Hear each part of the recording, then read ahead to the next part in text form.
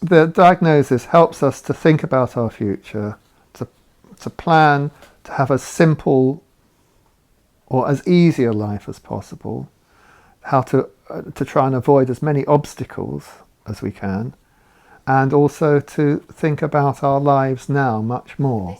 Well, we went through some very difficult times when Linda got more forgetful. Effectively, she got more and more forgetful in everything other than just her job. Initially I was a teacher, little children and then older children. We worked in Guy's Hospital School. Yeah, I worked in Guy's Hospital School. One of my colleagues it was who said, why don't you be a child psychotherapist? And I said, and we had a conversation, it was somebody at work, and then I decided to, grow that bit. And then you started your training? I started my training to be a child and adolescent psychotherapist. I absolutely loved it.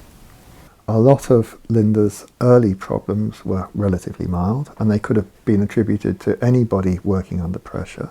They did manifest themselves in forgetfulness more than anything else. Linda started going to the doctor really before I was aware, telling her that you were a bit forgetful. Mm. She was very good with the patient still. She was able to retain that focus, but in many other areas you were more and more forgetful, to the point where I would meet her at a bus stop or somewhere and she wasn't there because she'd completely forgotten about it. It was in early 2011, we think, that Linda was referred to the Memory Disorders Clinic at St Thomas's. And then it wasn't until December 2011, after a number of brain scans, that a brain scan showed that Linda's had a loss of volume. So it was then that we were told that that was evidence of having classic Alzheimer's. In a way I wasn't surprised. And I thought, oh, damn it, that kind of feeling. But I was determined not to go down.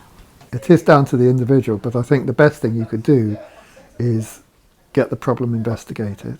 It gives you confidence that you know what you're dealing with, even if it's very difficult, rather than not knowing what you're dealing with and not having any boundaries on knowing what you can and can't do.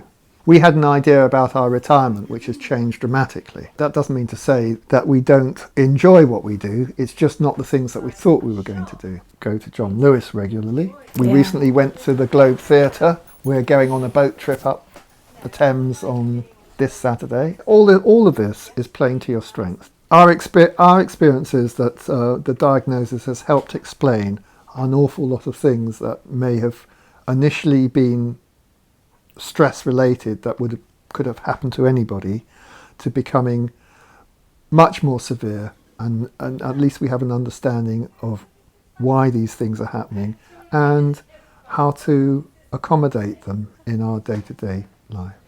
For me, I have not been bothered by it, the diagnosis. I mean, I like to do the things that I've always done since I stopped working. And I did the stuff, John Lewis and earlier too. So, I'm ready to do the things that I want to do.